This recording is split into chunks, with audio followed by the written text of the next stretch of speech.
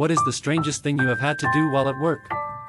My boss asked me to set up Netflix at her mom's house when COVID began. However, her mom didn't have internet, so we had to set up a hotspot, which was ridiculously expensive to keep running. While setting the hotspot, I was worried her mother would go crazy watching Fox News all day. That is why we were setting up Netflix.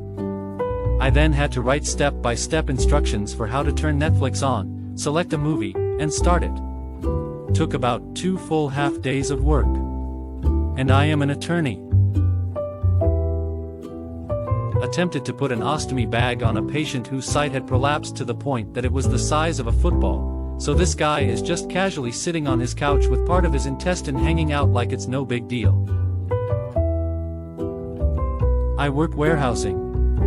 My boss left work one night with the key for a storage unit and we were holding stock we desperately needed early the next morning, and he wasn't due until the afternoon, minutes before this shipment was due to leave.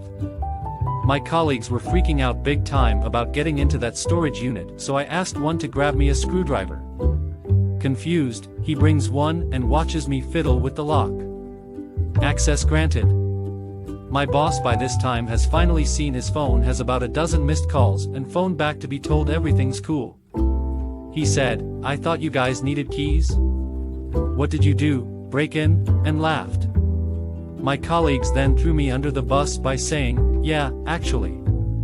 She did." Silence. I worked at a place where they slaughter pigs. One of them was too stubborn and didn't want to leave the cage, so they had to kill the poor thing there. So they chopped off its head, and I was just walking by there and the guys asked me to help move the parts. It was pretty darn heavy, and you couldn't really hold it in any way where you wouldn't get bloody. It was still warm of course, and its skin was very slippery. Not fun.